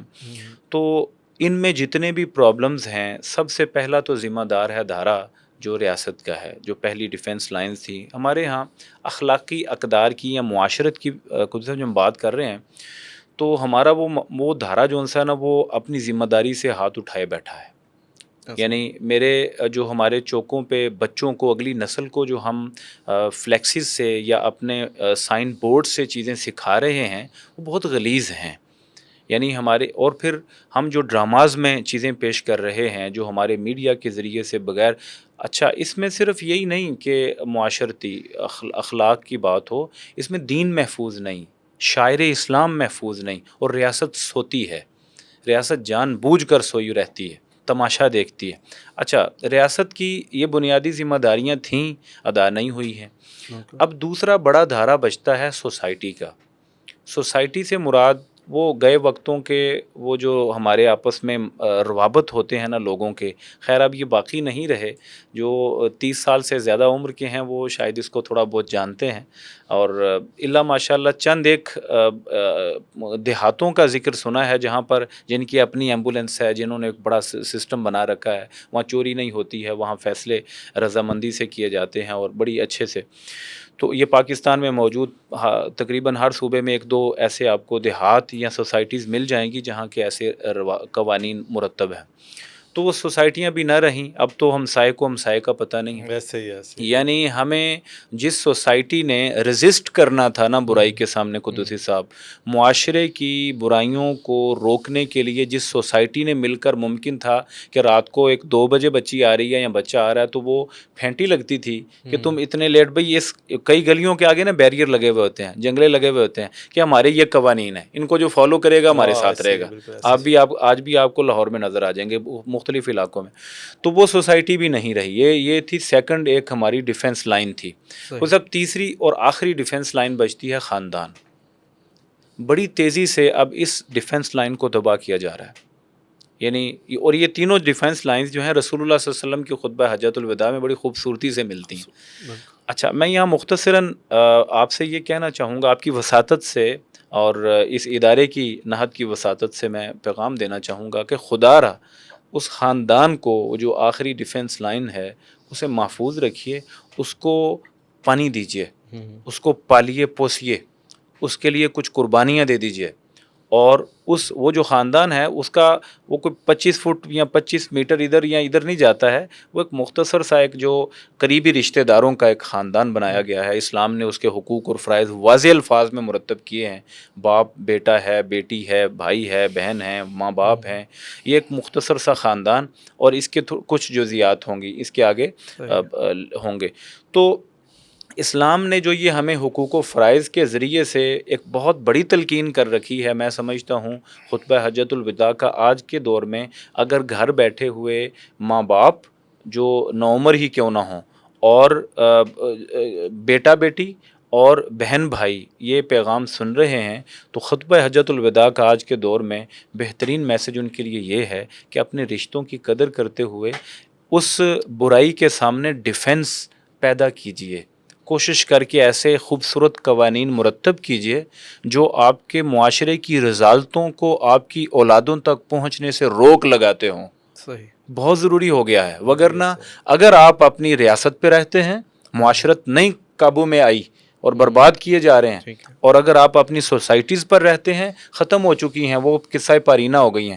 ایک آخری لائن ہے، اور یہ لائن جو مسلمان ہوتا ہے اس کو فالو کرنی ہی چاہیے، اس کو اس عید پر بھی اس کو پانی دینا ہے، عیدین کے موقع پر اس کو، اور ہر خوشی اور غم کے موقع پر اس کو، اور بلکہ لوگوں نے تو جی باپ کا دن اور ماں کا دن اس لیے بنایا نا کہ سال بھر باری نہیں آتی ماؤں بھی آپ کی، ہمارے ہاں تو ہر دن باپ کا، ہر دن ماں کا، ہر رات باپ کی، اور خدمت کے لیے، اور اس یعنی اس خاندان کو ڈیولپ کرنے کے نتائج دیکھیے کہ ہم کم از کم سطح پر برائیوں سے محفوظ رہ سکتے ہیں۔ یہ میں پھر بار بار یہ کہنا چاہتا ہوں، اس لیے کہ معاشرے میں اس وقت بڑی تیزی سے بے راہ روی پھیل رہی ہے، اور ہم بلیم کر کے نا ریاست کو ہم گھر بیٹھ جاتے ہیں، ہم بلیم کر کے کچھ ہم بلیم کر کے سوسائٹی کو اور لوگوں کو ہم گھر بیٹھ جاتے ہیں۔ تو ہمیں کم از کم اس سطح پر جو ہے میں سمجھتا ہوں غور و خوض کرنے کی ضرورت ہے۔ اس میں نا یہ ہے کہ اب بات سمیٹتے ہیں، جی سر، ٹائم بھی کافی ہو گیا، جی تو اس میں جو آپ نے کہا نا میں مختصر کر کے اس کو ختم کریں گے کہ جہاں 3 لائنز تھیں آپ نے جو کی نا، اس میں ریاست کا معاملہ یہ ہے کہ اس کی مثال بالکل ایسے ہی ہے کہ جیسے کوئی قلعہ ہو، اس پہ باہر سے کوئی حملہ کر دے، اب جو گیٹ کے اوپر کھڑے ہیں نا چوکی دار، وہ کچھ دیر مقابلہ کریں، پھر وہ اپنی بقا کے لیے کہہ لیں یا اپنی کمزوری سے کہہ لیں، وہ الٹا باہر نکل کے ان حملہ آوروں کے ساتھ مل کے خود قلعے کے اوپر حملہ آور ہو جائے۔ اس وقت ریاست یہ کام کر رہی ہے، ایک بات۔ اب جو سوسائٹی دوسری آپ نے جو کہی نا، دوسری اکائی جو ہے نا دفاعی لائن، جو وہ بدقسمتی سے ریاست اور عوام فیملی مل کے بناتی نا، جو فیملی مل کے وہ مل کے بناتی ہے، یعنی کہ اس کی ریاست اس کی سرپرست ہوتی ہے، اس دفاعی لائن کی، سوسائٹی کی، اور افراد اس کو مل کے بناتے ہیں۔ اب ایک دفاعی لائن تو خود حملہ آوروں کے ساتھ شریک ہو گئی نا جی، اب وہ تو ختم ہو گیا معاملہ۔ دوسری بات یہ کہ اس میں پھر انہوں نے حملہ آوروں کے ساتھ مل کے اس میں اٹریکشن اتنی پیدا کر دی کہ وہ کمزور ہو گئے۔ اب ہمارا معاملہ یہ ہے کہ اب اس کا حل کیا ہے؟ جی، اس کا مختصر 2 جملوں میں حل پتہ کیا ہے؟ کہ یہ ہماری بدقسمتی ہے، ہماری کمزوری ہے، ہماری غلطی ہے۔ مذہبی طبقے کی بات کرنے لگا ہوں، کیوں کہ یہ جو آپ کا دنیا دار لبرل طبقہ تھا، ان کے پاس تو کچھ نہیں تھا کہ جس سے وہ ہدایت پاتے نا جی۔ آپ کے پاس تو قرآن، حدیث، نبی صلی اللہ علیہ وسلم کے اقوال، افعال، سارا کچھ موجود تھا نا۔ لیکن یہ کہ میں کل پرسوں ایک جگہ بیٹھ کے بات کر رہا تھا، یہ سوشل میڈیا کا بڑا شور ہو رہا ہے، یہ سوشل میڈیا ہوئی پڑی ہر طرف جی، سوشل میڈیا چھا گیا، کھا گیا۔ یار آپ کے پاس تو سوشل میڈیا کوئی 1.5 سال سے تھا، ایسے کہ آج سے 30 سال پہلے، 20 سال پہلے ایک پی ٹی وی تھا، ٹی وی چینل ایک تھا، سرکار جو کہنا چاہتی تھی وہ کہتی تھی، اپوزیشن نظر کوئی نہیں آتی، وہ ایک ہی تھا۔ آپ کے پاس تب بھی مضبوط میڈیا تھا، مساجد کی شکل میں، میں یہ کہنا چاہ رہا ہوں بہت اچھا کہ یار دیکھیں ہر مسجد میں، اور پھر جمعہ فرض تھا، پھر لوگ زیادہ سننے والے تھے۔ اب آپ مولوی کے پاس تو ٹائم بھی پونا گھنٹہ ٹائم ہوتا ہے، اور وہ لوگ پابند ہوتے ہیں سننے کے، اس کو کچھ اٹھ کے یہ بھی نہیں کہہ سکتا بس کرو، وہ سننے کے اوپر مجبور ہوتے ہیں۔ پھر تب آپ نے سنایا ہی نہیں، مسئلہ تو یہ ہے، المیہ تو یہ ہے کہ اگر ہم نے ان مسائل کے، ہمارے پاس بھی ٹارگٹ یہ ہوتا ہے کہ یار گھنٹے کا ٹائم کیسے پورا کرنا ہے، صحیح ہے. پھر واقعات وغیرہ سناتے ہیں، یار لوگ ان چیزوں سے راضی رہتے ہیں. ہم نے بدقسمتی تو یہ ہے نا کہ ہم جو طبقہ تھا ہمارا، جو سوشل میڈیا جو 1400 سال سے ہمیں ملا ہوا تھا، اس کو ہم نے استعمال نہیں کیا. نتیجہ یہ ہے کہ اب وہ نیا سوشل میڈیا آگے جو آپ کے ہتھیار ہاتھ پہ نہیں. ابھی بھی خیر یہ ہے کہ ہم مذہبی لوگ وہاں پہ موجود ہیں، جدوجہد کر رہے ہیں. سر بڑی لیکن یہ کہ واپس آنا پڑے گا، واپس آنا پڑے گا اس کے بالکل. اوپر نا، جو مسجد کا جو نا، مسجد کا آپ کا جو ہے ممبر ہے، جو مسجد کا جو خطیب ہے اور مسجد کا جو پلیٹ فارم ہے، اس کو آپ کو فیملی سسٹم مضبوط کرنے کے لیے استعمال کرنا. اچھا میں چاہوں گا کہ ایک جو نقطہ آپ لوگ اس کے اوپر بات کریں کہ جس طرح سود کے بارے میں ذرا اس بات کو وائنڈ اپ کر لوں پلیز. آپ کی اہم بات ہے سر. بات یہ ہے کہ اس میں کوئی شک نہیں کہ مولوی کو جاگنا ہوگا. مولوی ایک عالم دین، ایک امام، وہ اس کے ہاتھ میں یہ ایک ذمہ داری، جو سوسائٹی کی تشکیل ہے اس میں بہت اہم کردار ہے اس کا. خاندانی نظام کی تشکیل میں اس کے خطبہ جمعہ کے موضوعات جو ہیں وہ حسن معاشرت پہ بھی ہونے چاہیے، اور اس سے آگے جا کر حقوق اور فرائض کی بہترین تشریح ہونی چاہیے.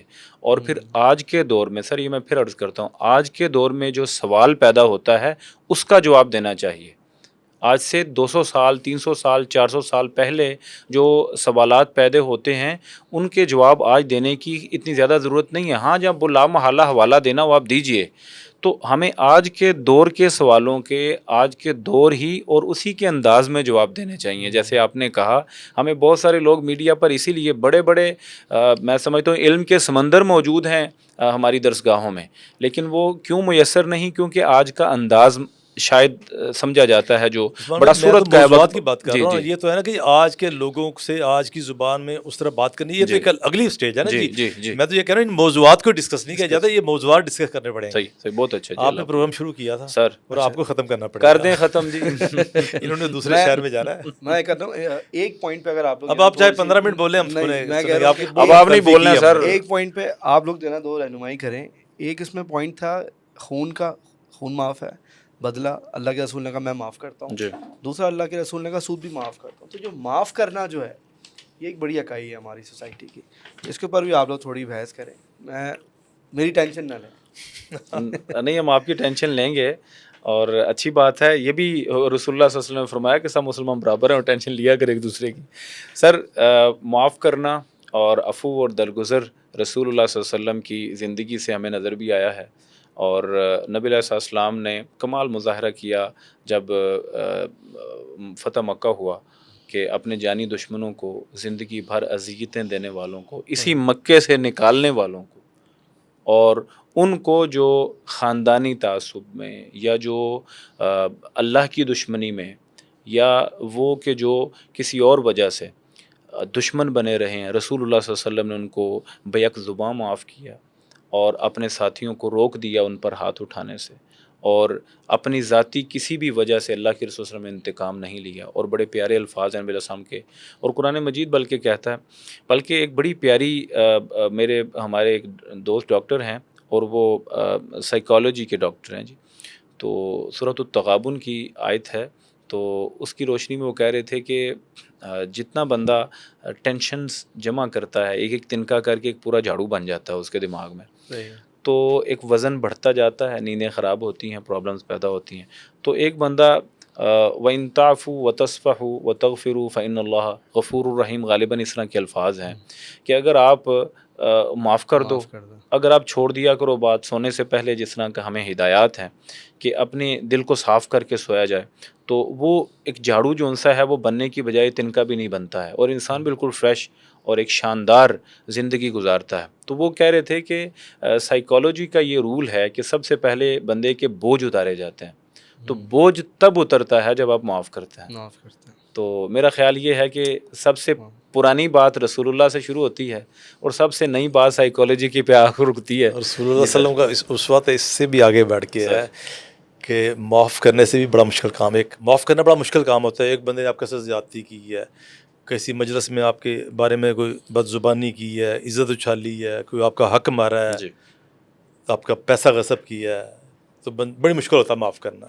لیکن نبی صلی اللہ علیہ وسلم کو اس وقت اس سے بھی آگے کا ہے. نبی صلی اللہ علیہ وسلم اس وقت اس بنیاد سے آگے کا ہے، اس حوالے سے کہ اس سے بھی ایک مشکل کام ہے. معاف کرنے سے مشکل کام معافی مانگنا ہوتا ہے. نبی صلی اللہ علیہ وسلم نے تو اس سے بھی مشکل کام کیا ہے کہ دیکھیں کائنات کی بعد از خدا بزرگ توئی قصہ مختصر، کائنات کی سب سے اعلیٰ شخصیت، انبیاء سب سے اعلیٰ مخلوقات میں سب سے اعلیٰ مخلوق جو ہوتی ہے اللہ کے انبیاء ہوتے ہیں، انبیاء میں بھی پھر انبیاء کے سردار، کہ کوئی لفظ ہی نہیں ہے ان کی، مطلب لفظ نہیں ہے ہمارے پاس تو کم از کم لفظ نہیں ہے ان کے مقام کے تعین کے لیے، بیان کرنے کے لیے بھی لفظ نہیں، یہ اندازے، یہ بس ایک کچی پکی کمزور سی گفتگو ہوتی ہے۔ تو وہ اتنے بڑے نبی صلی اللہ علیہ وسلم جو ہیں وہ جنگ کا میدان ہے اور یوں سیدھے کر رہے ہیں صفے، اور بڑے آرام سے انہوں نے کہا، نبی صلی اللہ علیہ وسلم نے بڑے آرام سے کہہ دیا کہ بھی کسی سے زیادتی ہوئی ہے تو مجھ سے معافی مانگ لے۔ صحابی نے آگے کہہ دیا مجھ سے آپ نے فلاں موقع پہ آپ نے مجھے یہ جب صفے سیدھی کر رہے تھے نا فلاں موقع پہ آپ نے وہ ٹھوکا دیا تھا، وہ اس کو یوں یہ ہوتا ہے نا تھوڑا سا چبھ گئی تھی، وہ مجھے نیزے کی انی چبھ گئی تھی، بدلہ لینا ہے تو میں نے بدلہ لینا ہے۔ تو مقصد کہنے کا یہ ہے کہ معاف کرنا ایک بڑی بات ہوتی ہے، اس میں کوئی شبہ نہیں ہے، لیکن اس سے بھی بڑا کام یہ ہے کہ معافی مانگنا۔ سبحان اللہ، سبحان اللہ۔ میں آپ کو بلکہ اگر یہ آپ کہتے ہیں کہ یہ ختم کریں گے اس کے اوپر، پھر میں آپ کو ایک واقعہ سناتا ہوں، یعنی یہ آخری واقعہ ہے، ہم متفق ہوتے ہیں دونوں، یہ آخری واقعہ ہے۔ میں آپ کو بڑا دلچسپ واقعہ سناتا ہوں۔ یہ جو اس واقعہ جو ہے نا اس میں شریک تھے نا، انہوں نے مجھے براہ راست سنایا یہ واقعہ، اور یہ آج کا واقعہ نا، کوئی یعنی کہ یہ نہیں کوئی 1000 1500 سال پرانا۔ ہماری جماعت کے معروف بزرگ ہیں مولانا شمشاد احمد سلفی صاحب، حضرت علامہ احسان علی رحمۃ اللہ علیہ کے وہ قریبی ساتھی تھے۔ کہتے ایک روز نا ایک بزرگ آئے ہیں، تو وہ شیخ الحدیث تھے۔ اب جب علامہ صاحب شہید ہوئے ہیں ان کی 47 ایئر ایج تھی، 46 ایئر، 46 سال جوانی کی عمر ہوتی ہے، تو شمشاد سلفی صاحب ان کی بھی وہی عمر تھی۔ اب وہ جو شیخ الحدیث صاحب وہ کچھ سال 2 سال چھوٹے ہوں گے، بعد میں بڑا نام ہوا ان کا، میں نام نہیں لوں گا ان کا، بڑا نام ہوا ان کا، معروف آدمی ہے۔ تو وہ شیخ الحدیث رحمہ اللہ وہ بھی فوت ہو چکے ہیں، وہ آئے تو علامہ صاحب بیٹھے ہوئے لائبریری میں، تو انہوں نے علامہ صاحب سے آ کے وقت مانگا کہ مجھے جلسے کا وقت چاہیے۔ تو علامہ صاحب جو تھے انہوں نے کہا یار میں سفر کر کے آئے ہوں پاکستان سے، باہر سے بڑے دن سے، تو میرے پاس وقت نہیں ہے، پھر کبھی دیکھیں گے۔ انہوں نے اصرار کیا، انہوں نے انکار کیا، اب وہ ادھر اصرار چل رہا ہے ادھر انکار چل رہا ہے۔ تو علامہ صاحب نے ضد چو کے تھوڑا سا ان کے اصرار کی وجہ سے ضد چو کے تھوڑا سا علامہ صاحب تلخ انداز میں بات کی کہ میرے پاس نہیں ہے ٹائم آپ کے لیے۔ وہ بزرگ جو تھے نا وہ اٹھے، تو انہوں نے کہا یہ ٹھیک ہے پھر السلام علیکم، یہ کیا کہ چل پڑے، ناراضگی کا اظہار کر کے چل پڑے ہیں، نہیں ٹائم دیا علامہ صاحب نے۔ اب وہ جناب جب وہ چلے گئے ہیں تو یہ ادھر شادمان کالونی ہے جہاں پہ علامہ صاحب کا گھر تھا، تاریخی نمبر سب کو پتہ ہے 475 شادمان میں، تو لائبریری ہوتی، لائبریری میں وہ زمینی نشست کے اوپر بیٹھے ہوتے تھے۔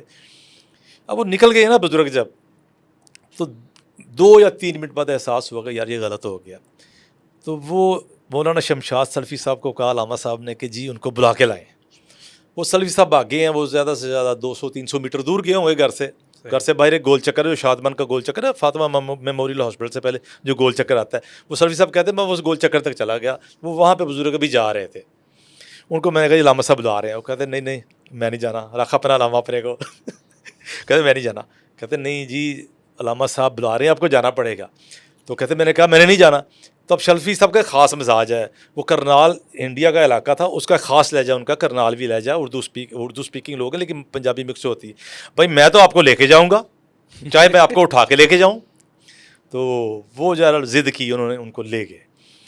اب جب وہ سلفی صاحب کہتے ہیں جب میں ان کو لے کے داخل ہوا نا لائبریری میں، تو علامہ صاحب بیٹھے نہیں ہوئے تھے، یوں ہاتھ جوڑ کے کھڑے ہوئے تھے، یوں ہاتھ جوڑ کے کھڑے ہوئے تھے، کہ مجھے معاف کر دیں، مجھ سے زیادتی ہو گئی ہے۔ تو اللہ تعالیٰ ہمارے اندر بھی یہ ظرف اور حوصلہ پیدا کرے کہ ہم اپنی غلطیوں کی، جو ہم زیادتیاں ہم سب سے ہوتی ہیں، ہم سب سے زیادتیاں ہوتی ہیں، کمزوروں کے ساتھ ہم بڑی جلدی ریش ہو جاتے ہیں، جو ہمارے زیر دست ہوتے ہیں، ملازموں کو تو خیر شمار کے تار ہی نہیں نا، وہ غریب رشتہ دار بھی ہوتا ہے، ہمیں غصہ بڑا جلدی آتا ہے، غصہ بڑا سیاح ہوتا ہے، ہمیشہ کمزور پہ آتا ہے، تو ہمارا معاملہ بھی یہ، اللہ تعالیٰ ہمیں بھی توفیق دے۔ اس بہت ہی خوبصورت واقعے کے ساتھ، اور میں سمجھتا ہوں یہ تو کہیں سے کسی خزانے سے کہیں سے نکال کے لائے ہیں، کتابوں میں بھی نہیں ملتے یہ واقعات ہمیں، تو بہرحال میں بڑا مشکور ہوں جی قدوسی صاحب کا، اور ماشاءاللہ حافظ عثمان خالد صاحب کا، شیخ پورہ سے جانا ہے انہوں نے، اور میں نار ٹی وی کا بڑا مشکور ہوں کہ جی انہوں نے ہمیں ٹائم دیا۔ اس کے ساتھ ہی اجازت چاہوں گا، السلام علیکم ورحمۃ اللہ۔